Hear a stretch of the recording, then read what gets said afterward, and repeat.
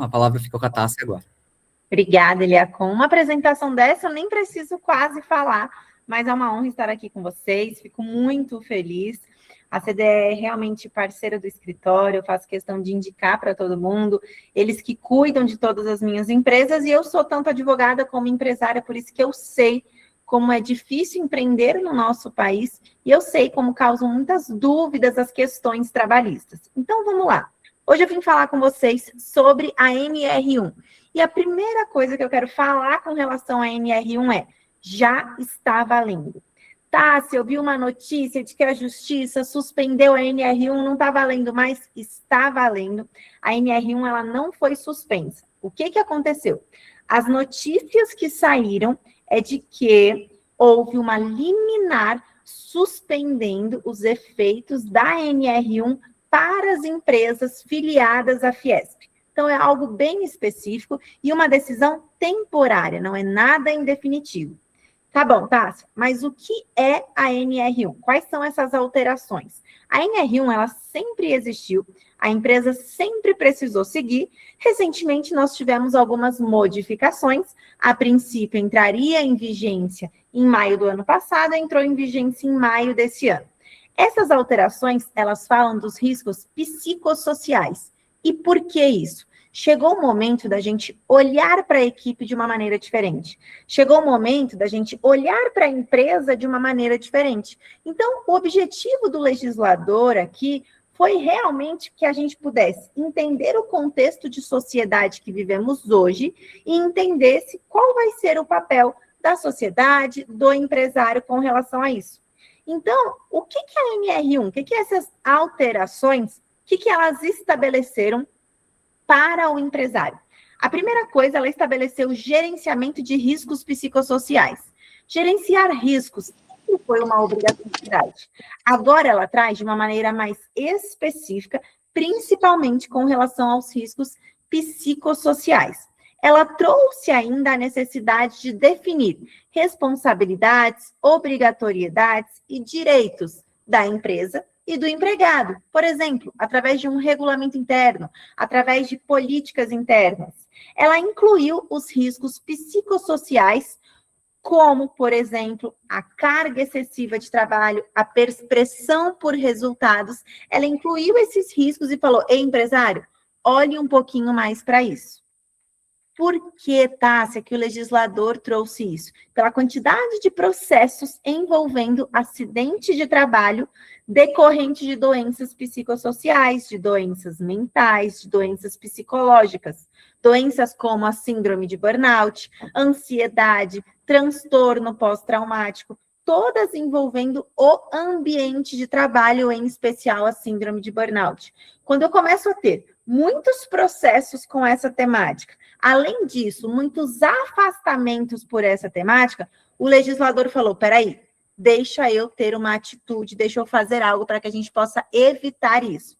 Além disso, ele traz também a relação de capacitar todos dentro da empresa, empregados, empregadores, líderes, RH, gestores, com relação a assédio moral e assédio sexual, igualdade, diversidade no trabalho, combate à violência no trabalho. Então, o legislador quer que o empresário tenha ciência e seja capacitado para entender isso. A minha empresa é pequena, preciso seguir? Precisa. A minha empresa é grande? Precisa. Eu tenho 10 empregados, eu tenho 1 milhão de empregados, você precisa. Toda e qualquer empresa vai precisar se adequar às atualizações da NR1. Essas atualizações com relação aos riscos psicossociais. Perfeito. E o que são os riscos psicossociais? Assédio moral e sexual, sobrecarga de trabalho, então é muito importante que vocês observem isso. Pressão excessiva, falta de clareza nas responsabilidades, ausência de reconhecimento, ausência de apoio emocional, discriminação no ambiente de trabalho. Tudo isso é um risco psicossocial. Tá, e quais são as consequências, então, Tássia? Doenças como ansiedade, síndrome de burnout, estresse pós-traumático, desempenho reduzido, baixa insatisfação, baixo engajamento, um ambiente de trabalho pouco saudável, altos índices de rotatividade. Perfeito. Nesse momento eu sei que você falou, muito bom. Mas qual é o impacto aqui, ó? A grande questão é que quando eu, empresa, não olho para os riscos psicossociais, eu tenho riscos reputacionais, financeiros e de equipe. Reputacionais, porque uma notícia hoje em dia no TikTok, no Instagram, na mídia, no site do tribunal, em qualquer lugar, hoje em dia, as notícias são de fácil acesso.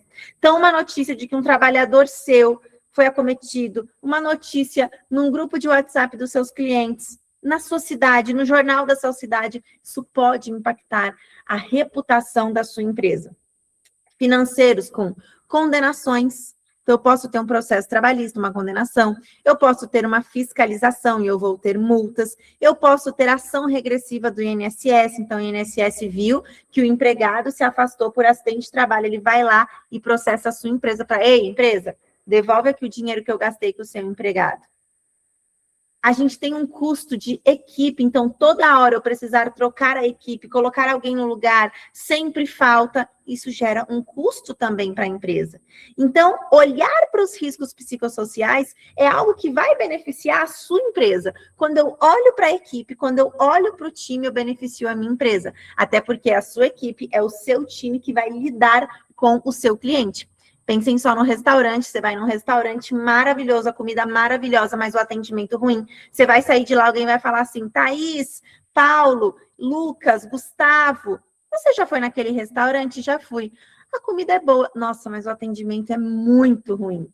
Não, o atendimento realmente, olha só, a falta de treinamento, a falta de olhar, às vezes a equipe está sobrecarregada. Cobrança de metas abusivas, então você começa a estipular metas, porque eu vi na internet que é legal estipular metas, eu vi um mentor empresarial falando para eu estipular metas, mas essas metas são abusivas. A depender da sua empresa, aquela meta pode ser considerada abusiva. O próprio ranking de funcionários pode ser considerado assédio moral. Então, eu tenho que olhar para tudo isso. Tássia, como eu posso fazer? Como eu posso evitar? Como eu posso agir para evitar riscos psicossociais, para fugir dos riscos psicossociais? Treinamentos, programa de apoio ao empregado, aprimorar os recursos humanos, então com políticas internas, código de conduta, regulamento interno,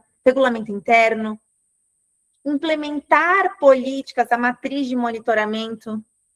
O objetivo é esse. Por que isso? Porque a equipe é o seu principal ativo.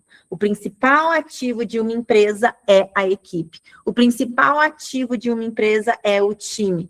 Então, pessoal, segurança do trabalho é um investimento para o futuro, para a permanência da sua empresa na crescente. Porque eu posso ter uma empresa que está permanecendo, mas sempre em declínio. E eu posso ter uma empresa que permanece sempre crescendo, sempre subindo. O objetivo é esse. Então, você vai implementar um diagnóstico, você vai implementar gestão de riscos, um programa de gerenciamento de riscos, matriz de monitoramento de riscos, treinamentos corporativos. Aqui no escritório, a gente faz muito treinamento em combate ao assédio moral, assédio sexual, treinamento para líderes de cobrança de metas, treinamento para RH, as 20 maiores dúvidas do RH, treinamento sobre algumas políticas internas, treinamento de liderança, treinamento de ética. Eu uso, inclusive, esses livros caixas, e eles são incríveis, incríveis. Esse aqui, por exemplo, é um de clima organizacional.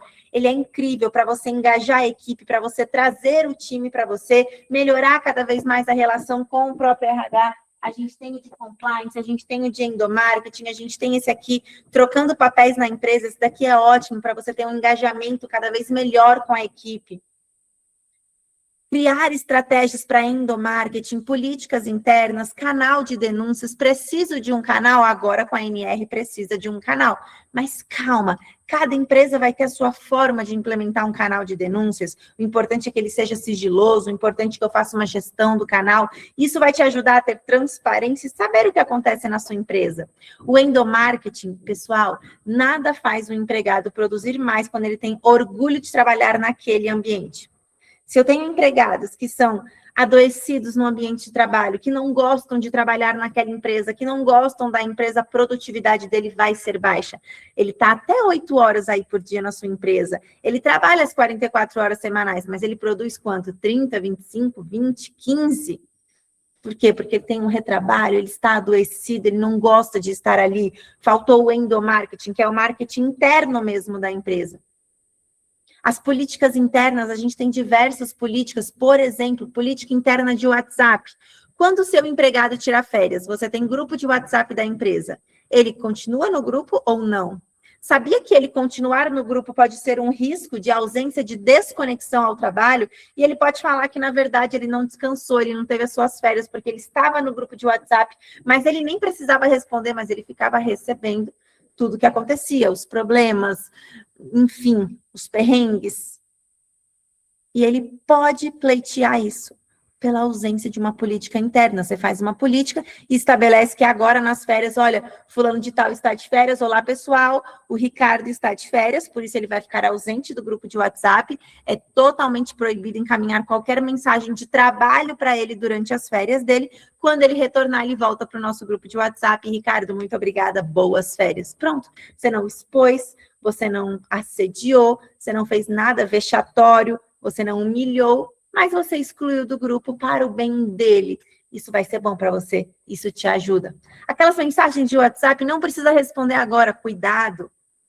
Então, a NR1, ela fala sobre isso, ela fala sobre olhar para os empregados. Tássia, mas eu já pago impostos, o Eliacom vai falar aqui com você, a minha guia do DAS é alta, eu tenho isso, eu tenho aquilo, sim. Mas quando você começar a olhar para a legislação trabalhista de uma maneira estratégica, então, quando eu começo a olhar para a lei trabalhista, a olhar para a jurisprudência, a olhar para os tribunais trabalhistas, não como se eles estivessem contra as empresas, mas se eu olho de uma maneira estratégica para fazer com que, com a lei trabalhista, você consiga ter cada vez mais estratégia para lidar com a equipe, isso vai ajudar você. E eu sei que causa medo, a gente ainda tem aquele mito de que a justiça do trabalho é só para o empregado. Esses dias eu tive uma sentença totalmente improcedente, o meu cliente, que era um empresário todo feliz, e eu falei assim, viu como foi bom a política interna? Viu como foi bom ter procedimento? Viu como foi bom ter aquela cláusula no contrato? Porque eu consigo utilizar a legislação trabalhista a favor da empresa.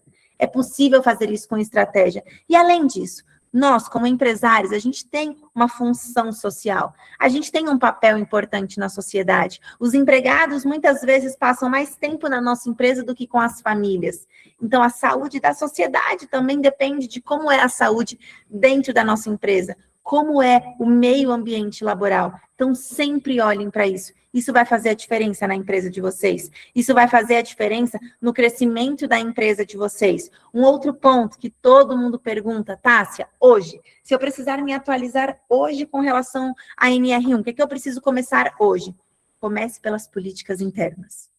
Então, tenha estratégias de políticas internas, tá? Faz uma política de cobrança de metas, faz uma política para o RH, olha CCT, ACT, veja o que você tem que cumprir.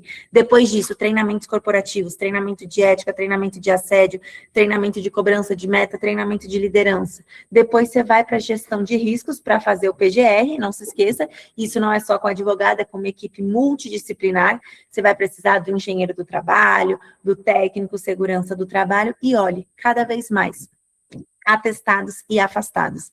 Através da gestão de atestados e afastados, você consegue descobrir muitas coisas dentro da sua empresa, principalmente se você tem um setor que, na verdade, está adoecendo. Combinado? Pessoal, qualquer dúvida, eu estou à disposição de vocês. Vou deixar um presente, a equipe, Gustavo, acho que deve mandar para vocês, um diagnóstico gratuito para vocês preencherem, e eu e minha equipe vamos entrar em contato, apresentar para vocês principais riscos e um plano de ação estratégico para vocês. É totalmente gratuito, não se preocupem com isso. Por fim, mais 2 coisas que eu queria falar aqui com vocês. Escala 6x1, não sofram Não sofram agora, a gente nem sabe como vai ser, se vai ser aprovado, se for aprovado, como vai ser aprovado, qual vai ser a regra de transição. Não sofram agora. A gente vai ter estratégias para isso, e quando sair, o Eliacom cria, a gente pode criar uma estratégia, a gente manda um artigo para vocês de um passo a passo do que vocês podem fazer, mas agora não é momento de desespero. Empresário não pode se desesperar com algo que nem aconteceu. É uma possibilidade, mas não é uma realidade. Vamos olhar para o agora.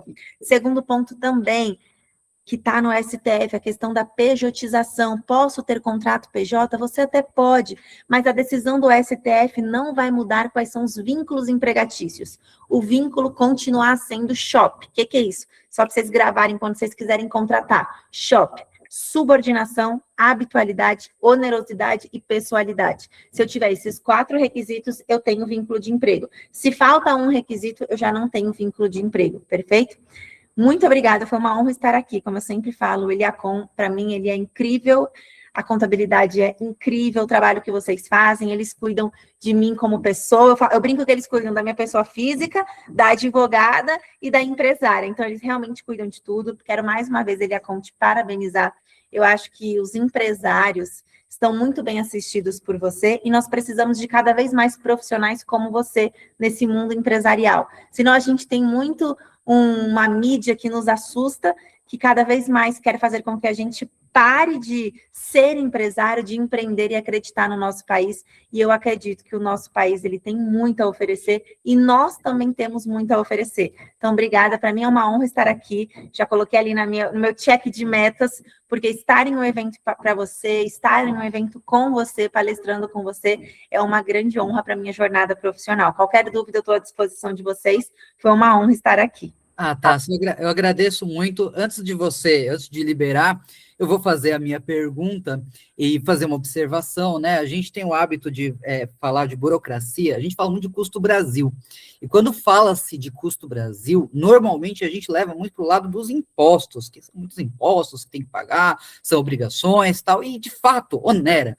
Mas o custo Brasil também está muito atrelado ao fato da gente ter que entender essa questão multidisciplinar. Às vezes a gente acha que a contabilidade, o administrativo, o advogado é o único. Por exemplo, a gente precisa de uma equipe de engenheiros de segurança para entender a questão ambiental. A gente precisa de uma equipe de engenheiros de segurança para entender LTCAT, PGR, PCMSO, LETIP, para quando tem ali a questão de insalubridade, de periculosidade. Então, assim, de fato, o custo Brasil também está atrelado, quando a gente fala de empreender, o custo Brasil também está atrelado a essa questão multidisciplinar, essa quantidade exorbitante de profissionais que tem que ter para poder entender cada um dos segmentos. A CDE, a gente disponibiliza através tanto dos nossos canais de acesso, quanto do nosso site agora, que tem lá matérias específicas para cada nicho, tanto personal trainer, advogado, engenheiro, empresários que estão ali, empreendedores que estão ali com seus negócios, bares, restaurantes, enfim. Justamente a gente disponibiliza essas matérias para poder entender um pouquinho mais sobre o custo Brasil. Mas isso nunca inibe a necessidade de ter profissionais renomados, um bom advogado, um bom engenheiro, um bom contador, um bom médico de segurança, de saúde ocupacional. Então, é interessante estar sempre cercados de bons profissionais. A Tássia, com certeza, é uma dessas boas profissionais que a gente tem aqui à disposição no mercado. E eu quero aproveitar e fazer minha última pergunta. Dentre tudo aquilo que você falou, em algum momento você falou que não pode haver discriminação entre os funcionários. Então, vamos ao McDonald's. O McDonald's coloca lá a plaquinha do funcionário do mês, todo mês ali exaltando um profissional que se destacou pela sua qualidade, pelas suas virtudes. Isso pode, a partir dessa pequena mudança na NR1, foi uma linha que foi mudada, mas é uma linha que, de repente, também está mudando agora as métricas, a forma da gente olhar. Isso também pode caracterizar uma determinada discriminação? A gente tem que tomar cuidado até mesmo com a forma que a gente vai homenagear o nosso corpo de colaboradores, ou não? Ou é exagero esse pensamento? Você sabe que há uns anos Eu fui muito criticada, porque eu fiz uma postagem, olha só, uma postagem no Instagram sobre ranking de empregados. E a ideia, ela é até muito legal, eu acho muito legal a gente ter uma brincadeira dentro da empresa, eu acho saudável. O grande problema é que algumas empresas, alguns ambientes de trabalho têm ultrapassado um pouco. Então, esse ranking de empregados é considerado muitas vezes pela Justiça do Trabalho como algo discriminatório, como algo vexatório. Então, eu sempre falo, antes de eu criar um ranking, antes de eu criar uma política para colocar a foto do funcionário do mês, vem algo antes, que é a política interna. Então, eu preciso de uma política interna muito clara e um estabelecimento de metas muito claro e transparente. Se eu começo a estabelecer metas que, na verdade, eles favorecem um grupo de empregados, se no fim somente esses empregados ganham, esses empregados conseguem, se só essa parte, eu tenho uma política que ela é discriminatória. E a gente já teve diversas decisões da Justiça do Trabalho entendendo que o ranking de empregados, ele é considerado abusivo e vexatório. Então, a gente tem que tomar muito cuidado com isso. Tássia, então, eu nunca posso fazer? Pode, desde que você faça o passo anterior. Antes de parabenizar publicamente, eu vou criar uma política interna para que eu tenha meios claros e objetivos de dar esse prêmio, de dar esse benefício, de dar essa visibilidade, porque senão pode sim ser vexatório. E principalmente com a questão de se não conseguir. Então, muitas vezes, o que é errado ali é, se você cumprir esses 3 aqui, você ganha. Mas se você fizer um negocinho bem pequenininho, já era, você perde tudo. Peraí, isso é possível? Eu posso? O Adriano falou, Diabo Veste Prada entrou no grupo. É tipo isso, eu tenho que tomar cuidado. Até o Diabo Veste Prada ontem a gente falou, né, Liacom? A gente estava comentando sobre isso, Adriano, de fato. Exatamente. O 2, ele mostra muito, eu até brinquei, e teve um amigo meu que brincou ontem, que ele ouviu a fala do Eliacom, ele falou assim, o Diabo Veste Prado 2, ele passou pelo Tribunal Superior do Trabalho, então os ministros olharam e falaram, tira isso, pode deixar isso. Por quê? A gente tem um olhar diferenciado, e a grande questão é a estratégia. Eu vou aproveitar, Eliacom, que você me fez essa pergunta, de verdade, não é nenhuma dica, é assim um apelo mesmo para vocês. Tomem cuidado com vídeos da internet. Eu sempre falo, gente, eu sou cliente do Eliacom, eu vi uma coisa na internet, vai lá, manda para ele, Eliacom, eu posso mesmo fazer isso? Porque às vezes é um vídeo muito legal. O mentor, ele é muito bom, ele tem resultados, ele tem, mas aquilo é válido para o negócio dele. Ou então, pessoal, aquilo é uma possibilidade, mas existe um risco por trás que ele não está te falando. Para ele, um risco de R$2.000 é nada. Para você, um risco de R$2.000 no mês, você não paga um empregado. Então, a gente tem que olhar muito para isso. Qual é a realidade da minha empresa? Para o McDonald's, ele já teve o McDonald's TAC, ação civil pública. Para ele, não tem tanto impacto. Para a sua empresa, fecha a empresa. Para a sua empresa, uma condenação de 10, 15, 20 mil reais já era. Então, tenham muito cuidado com isso. A gente sempre tem que observar para o meu cenário, para o meu tipo de empresa e outra, o apetite ao risco que você tem. Eu sempre falo, né? A própria Bíblia diz, tudo te é lícito, mas nem tudo te convém. Na área trabalhista é a mesma coisa. Você pode tudo, mas tem coisas que você vai correr um risco maior. Você está disposto a ter esse risco? Você consegue assumir esse risco? Essa que é a grande questão. Muito bom. Essa foi Tássia Prado. Muito obrigado, Tássia. Agradeço demais o carinho aqui, a presença. A gente vai emendar agora, já falar sobre a reforma tributária, tá? A reforma tributária, ela está vindo junto de uma gama de outras reformas. A NR1 foi uma que a Tássia muito bem colocou aqui, tá? Quer fazer alguma consideração final ou posso já partir daqui, Tássia? Não, pessoal, só agradecer mais uma vez. Hoje eu não posso ficar mais, que daqui a pouco eu levo minhas filhas na escola, mas foi uma honra estar com vocês. Não, perfeito. Vamos tocar o barco aqui. Não posso ficar mais, que daqui a pouco eu levo minhas filhas na escola, mas foi uma honra estar com vocês.